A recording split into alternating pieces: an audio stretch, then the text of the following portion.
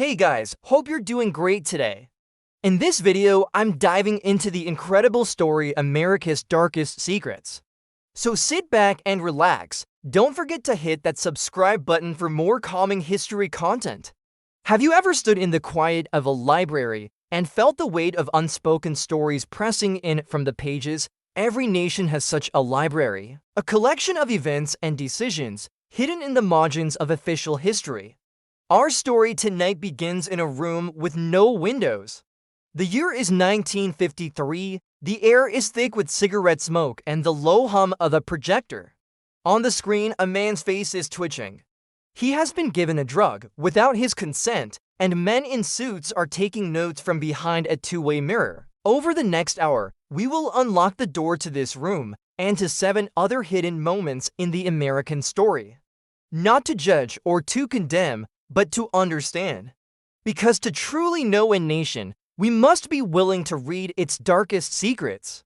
The Cold War was a war of shadows. It was fought not only with armies and spies, but with whispers and fears. In the early 1950s, a great fear took hold of the American intelligence community, the fear of brainwashing. Stories were coming out of the Korean War, American prisoners of war confessing to crimes they didn't commit. Praising their communist captors, the CIA believed the Soviets and the Chinese had discovered a key, a way to unlock and rewrite the human mind. And in the cold logic of that era, if the enemy had such a weapon, America needed to have a better one. This was the birth of a program, one of the most secret and disturbing projects in the nation's history.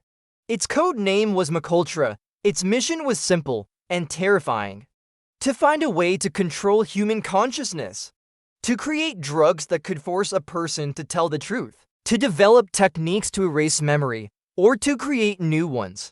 The head of the CIA, Allen Dulles, gave the project a virtual blank check, and he freed it from all normal oversight. The heart of the program was its search for a miracle drug, and they believed they found it in a new, powerful hallucinogen, LSD. To the CIA, its potential seemed limitless. It could shatter a personality. It could break down all resistance. It could be the key they were looking for. But to test it, they needed subjects. They needed human minds, so the CIA began to experiment on its own people, on American citizens. Most of them had no idea they were part of an experiment. In New York City and San Francisco, the agency set up safe houses, apartments with two-way mirrors and hidden microphones. In an operation codenamed Midnight Climax, prostitutes were hired to lure unsuspecting men back to these apartments. There, they were secretly dosed with LSD, and from behind the glass, CIA agents watched. They took notes on the men's behavior as their minds unraveled. They were studying the breaking point of the human spirit. The program expanded. It involved more than 80 institutions, hospitals, prisons, and universities. Some of the most respected scientists in the country took CIA money without knowing its true source or purpose.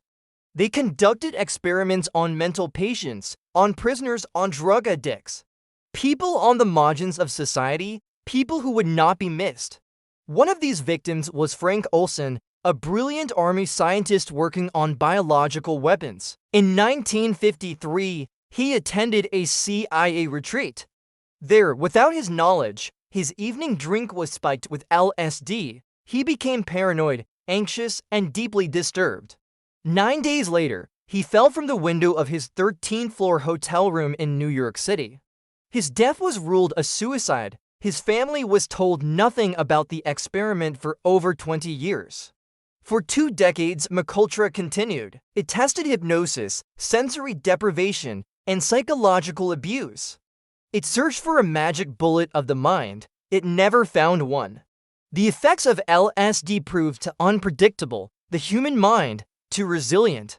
In the early 1970s, with the agency facing new scrutiny, the order came down to destroy all records of the program. Vast archives of paper were shredded and burned. The secret was meant to die, but a few boxes of financial records were misplaced, filed in the wrong place. And in 1975, a congressional investigation, the Church Committee, found them. The receipts and payment orders were the first threads. And when they were pulled, the dark tapestry of McCulture began to unravel. It was a story of a government so consumed by fear of an external enemy that it turned on its own citizens. It crossed a line, the line between protection and violation. In its secret war for the minds of men, the CIA chose to sacrifice the minds of a few. And in doing so, it revealed a chilling truth: that the darkest secrets are often not what an enemy does to us, but what we are willing to do to ourselves. In the deep heat of an Alabama summer, in the year 1932, a promise was made. It was the height of the Great Depression. In Macon County, one of the poorest corners of America, most people were black sharecroppers. They lived in desperate poverty, with little hope and even less medical care. So when men from the U.S. Public Health Service arrived, they were seen as saviors. They offered free exams, free rides to the clinic, and free treatment for a common ailment, a condition the locals simply called bad blood. For hundreds of poor black men, it felt like a miracle. They signed up gladly. They believed they were finally being cared for by their country. But it was all a lie of breathtaking cruelty. The real name of the project was the Tuskegee Study of Untreated Syphilis in the Negro Male. The men were not being treated for bad blood. They were being watched. The doctors were not there to cure them. They were there to chart the slow, agonizing, and untreated progression of syphilis. They wanted to see what the disease did to the human body if left to run its course, from initial infection to madness to death.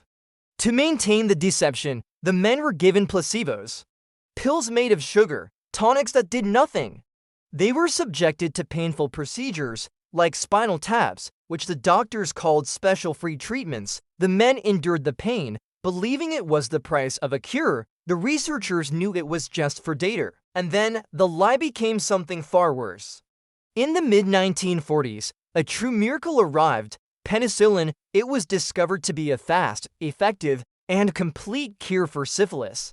The world celebrated, but in Tuskegee, the doctors made a deliberate choice. A secret, monstrous choice. They decided not to give the men the cure. Their study of the untreated was more important to them than the lives of the men themselves. They actively worked to prevent the men from getting help. They gave lists of their subjects to local doctors. They sent them to the Army Draft Board during World War II. The instructions were clear. Under no circumstances were these men to be treated for syphilis. The experiment had to continue, and so it did. For decades, the men in the study suffered terribly. They went blind, they developed tumors, their hearts failed. Their minds broke down from neurosyphilis, they died in agony. And they passed the disease on to their wives. And their wives passed it to their children, who were born with it. The study was a chain of suffering passed down through generations. It went on for 40 years. From 1932 until 1972, presidents came and went. A world war was fought, the civil rights movement rose and transformed the nation. And through it all, in secret, the study continued. It ended because one person, a whistleblower inside the Public Health Service, decided he could no longer stay silent. He leaked the story to a reporter named John Heller. In July of 1972, the story broke. The nation reacted with shock and horror. The study was stopped immediately. The survivors, old and frail men, were finally given the cure they had been denied for decades. The Tuskegee study became a symbol of a broken trust. It was not a secret born of Cold War paranoia. It was born of a deep, systemic prejudice, a mindset that could look at a group of human beings and see them only as subjects, as bodies for research, as data points on a chart. It was a betrayal committed not by spies, but by healers. And it left a scar on the soul of a nation, so deep that it has still not fully healed. Every organization has an immune system, a way to identify and neutralize threats. For much of the 20th century, the immune system of the United States government was the FBI, and its director, J. Edgar Hoover, saw threats everywhere. For nearly 50 years, he ruled his agency with an iron fist. He was a man obsessed with secrets. with loyalty, and with the threat of subversion. He believed America was under constant attack from within, by communists, by radicals, by anyone who challenged the established order. And to fight this enemy, he created a secret weapon, a program called Cointelpro. It was short for Counterintelligence Program. It began in the 1950s with a clear target, the Communist Party of the United States. But its mission was not just to surveil, it was to disrupt, to discredit, to neutralize. It was an order to wage a secret war on American soil. As the years passed, Hoover's definition of threat began to expand. The target list grew longer and longer. It soon included the anti-Vietnam War movement, student activist groups, and most aggressively, the civil rights movement. Hoover believed the movement for black equality was a threat to national stability. He saw communist influence behind every march, every sit-in. So he turned the full force of Cointelpro against it. The tactics were insidious, and they were illegal. FBI agents infiltrated peaceful activist groups. They posed as loyal members while secretly sowing dissent. They spread rumors, they started arguments. They tried to turn friends against friends. They used psychological warfare. Anonymous letters were sent to activists' homes. A husband might receive a forged letter suggesting his wife was having an affair with another leader. The goal was to destroy trust and break morale, to make the personal cost of activism unbearable. The program's most famous target was Dr. Martin Luther King Jr. Hoover developed a deep, personal animosity towards him. He was convinced King was either a communist or a man controlled by communists. The FBI wiretapped King's home, his office, and his hotel rooms. They recorded his conversations, searching for anything that could be used to destroy him. Their campaign culminated in one of the most shameful acts in the agency's history. The FBI compiled a package. It contained secretly recorded tapes of King's alleged extramarital affairs. They included an anonymous letter. The letter called him a fraud and an evil, abnormal beast. It ended with a chilling suggestion that the only way out for King was to take his own life. This was the nation's top law enforcement agency, trying to blackmail a civil rights leader into suicide. The goal of Cointelpro was never to bring criminals to justice. It was to crush political dissent. An internal memo from the FBI was clear. It spoke of the need to prevent the rise of a black messiah, a leader who could unify and electrify the black nationalist movement. Dr. King was named as a primary target to be neutralized. The program operated in total secrecy for 15 years. It was exposed by accident. In 1971, a group of activists broke into a small FBI office in Pennsylvania. They stole every file they could find, and they leaked them to the press. For the first time, the word Cointelpro appeared in public. The secret was out. Congressional investigations would later reveal the full, shocking scope of the program. It was a story of a government agency that had come to see its own people as the enemy. It viewed the exercise of free speech not as a right, but as a threat. It turned the weapons of espionage inward, against citizens whose only crime was their political belief. And it revealed a profound danger, the danger that occurs when the guardians of the law decide they are above it. The year is 1951. The world is rebuilding from a world war. And it runs on oil. In the nation of Iran, the oil flowed in vast quantities. But its wealth did not flow to the Iranian people, it flowed to Britain, to a single British company that controlled Iran's entire oil industry. It was a legacy of colonialism, a deal that was deeply resented. And one man decided to change it. His name was Mohammad Mossadegh. He was the Prime Minister of Iran, a man democratically elected by his people. He was a passionate nationalist. He believed Iran's destiny and its resources should be its own. In a historic act of defiance, he did the unthinkable. He nationalized the oil fields. He declared that Iranian oil belonged to Iran. In Tehran, he was a hero. In London, he was a thief. The British were enraged. They imposed a crippling economic blockade on Iran. But Mossadegh would not yield. So the British turned to a new global power for help. They turned to the United States. At first, America was reluctant, but the Cold War was raging. And the men in charge in Washington saw the world in simple terms: us versus them. They feared that Mossadegh unstable, nationalist government would be a target for the Soviet Union. They believed Iran was in danger of falling behind the Iron Curtain. And so a secret decision was made: Mossadegh had to go. The mission was given to the CIA. It was codenamed Operation Ajax. Its architect was one of the agency's top spies, Kermit Roosevelt, Jr., the grandson of President Teddy Roosevelt. He arrived in Tehran with a suitcase full of cash. His job was not to invade. It was to create the illusion of a popular uprising, to make it seem like the Iranian people were overthrowing their own leader. The CIA launched a propaganda blitz. They bought journalists. They bribed politicians. They paid mullahs. The newspapers suddenly filled with stories painting Mossadegh as a communist, an enemy of Islam, a corrupt fool. They were all lies, funded by the agency. They hired agents to pose as supporters of Mossadegh.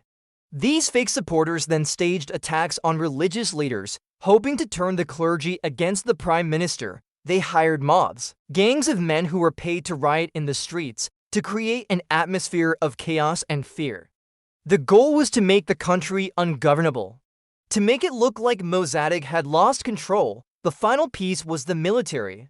Roosevelt made contact with Iranian generals who were loyal to the country's monarch, the Shah. They convinced the Shah to sign a decree dismissing his own prime minister. In August of 1953, the coup began.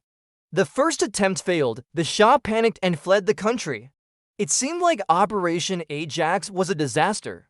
But Roosevelt stayed. He unleashed his paid mobs. Tehran exploded in violence, and this time, the military joined in. Tanks rolled through the streets. Mossadegh's home was shelled. He was arrested. The democratically elected leader of Iran was put on trial. He would spend the rest of his life under house arrest. The Shah returned and was placed back on the throne. For the next 25 years, he would rule as a dictator, supported by American money and weapons. The oil companies got their deal. In Washington, Operation Ajax was seen as a brilliant success, a masterpiece of covert action, but a seed of profound bitterness had been planted. The people of Iran never forgot that America had stolen their democracy. That resentment festered for a generation.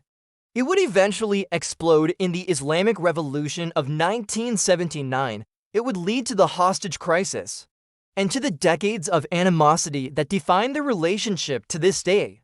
The secret of 1953 did not remain in the past. It became the future, a short-term victory that created a long, dark legacy of mistrust and conflict. In the summer of 1964, America was on the edge of a war. But the American people did not know it yet. In Vietnam, thousands of miles away, the conflict was a low flame. The United States had military advisors on the ground. But President Lyndon B. Johnson was campaigning for re-election on a platform of peace. He promised he would not send American boys to fight a foreign war. Then came the incident in the Gulf of Tonkin. The official story was clear and simple. On August 2nd, an American destroyer, the USS Maddox, was on a routine patrol in international waters. It was attacked without provocation by North Vietnamese torpedo boats. The Maddox defended itself and escaped. This part was mostly true. But there was a crucial detail that was kept secret. The Maddox was not on a simple patrol. It was supporting a covert operation. South Vietnamese commandos were staging secret raids on the North Vietnamese coast. The American destroyer was there to collect intelligence in support of those raids. The attack was not as unprovoked as was claimed. 2 nights later, the story became much darker. On the night of August 4th, the Maddox was back in the Gulf. It was joined by another destroyer, the USS Turner Joy. The weather was terrible. The sea was rough, the night was black, the sailors were tense. Suddenly, the sonar operators reported enemy torpedoes in the water. The ship's captains ordered their crews to open fire. For hours, the American ships blasted away at the darkness, maneuvering wildly to dodge attacks they could not see. But almost immediately, there was doubt. The pilots of American warplanes flying overhead saw nothing. No enemy boats, no torpedo wakes. The captain of the Maddox sent a cable back to Washington. He said the torpedo reports were likely false, caused by freak weather effects on the sonar. He urged extreme caution before any further action was taken. In the White House, President Johnson received all these messages. The frantic initial reports of an attack and the cautious later messages full of doubt. He and his Secretary of Defense, Robert McNamara, made a choice. They chose to ignore the doubt. They seized upon the story of a second, unprovoked attack. It was the justification they had been waiting for. That night, President Johnson went on national television. He spoke to the American people with grave certainty. He told them that American warships had been attacked again on the high seas. He described it as a deliberate and hostile act. He did not mention the secret commando raids. He did not mention the doubts of his own captains. He presented a simple story of American innocence and foreign aggression. The next day, that story was presented to Congress. Believing the nation was under attack, Congress passed the Gulf of Tonkin Resolution. It was not a formal declaration of war, but it gave the president the power to take all necessary measures. It was a blank check. A blank check for a war, and the war came, based on the events of that dark and stormy night.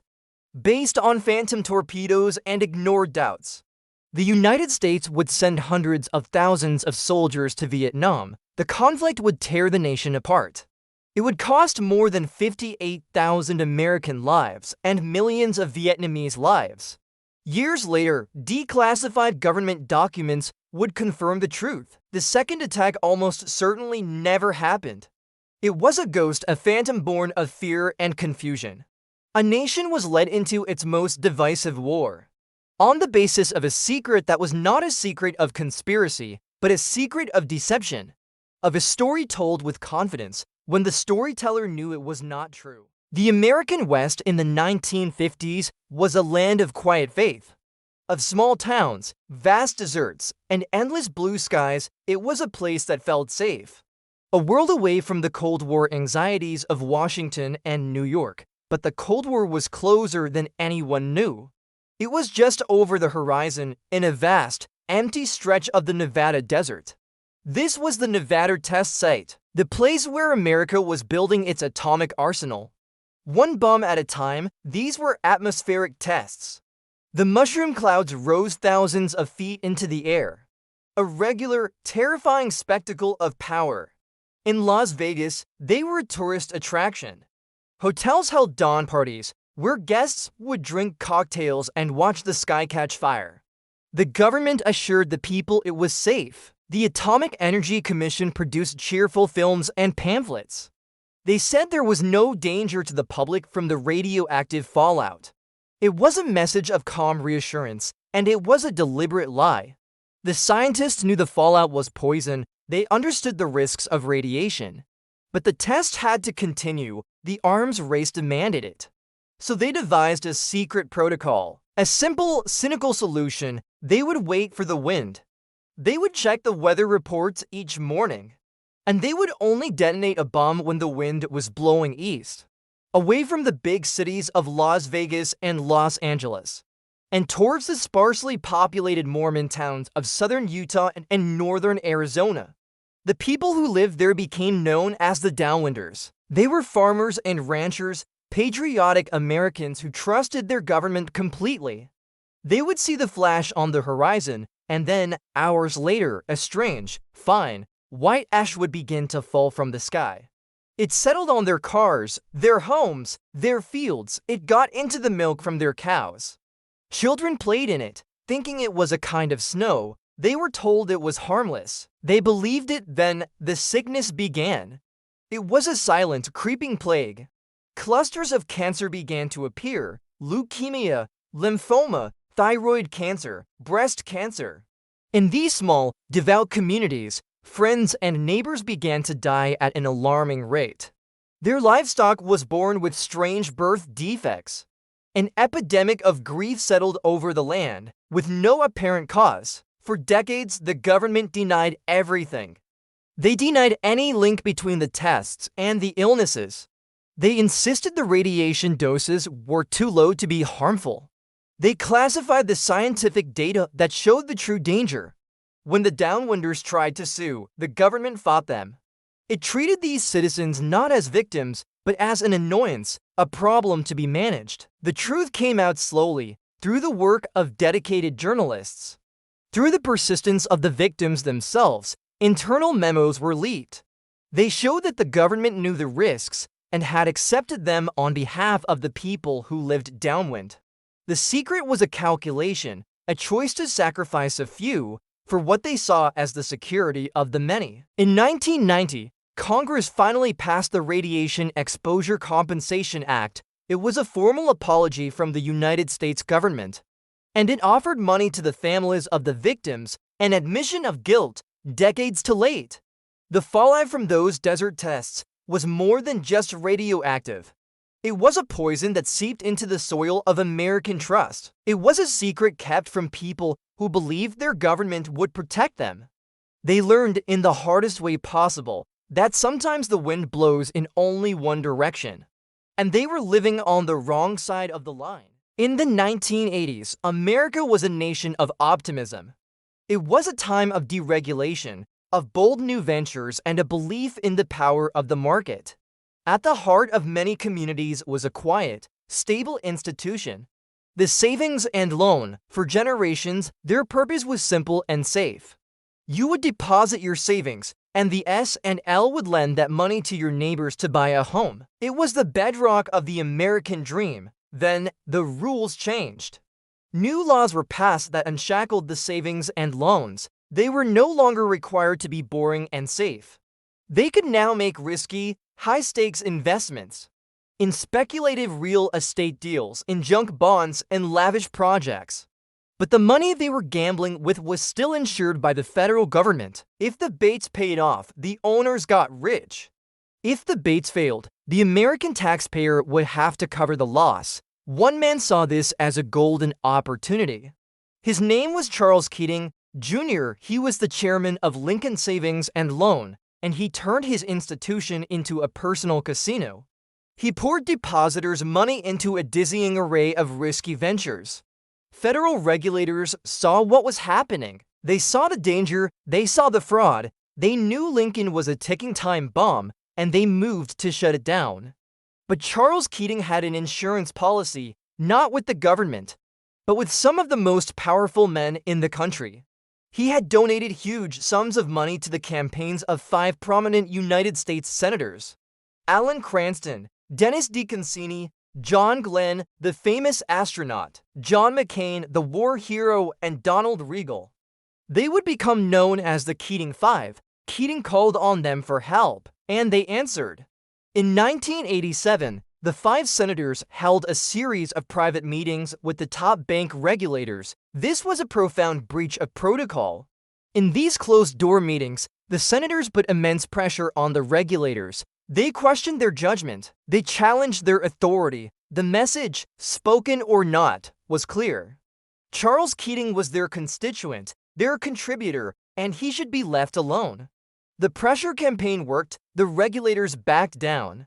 They delayed taking action against Lincoln Savings and Loan for nearly 2 more years.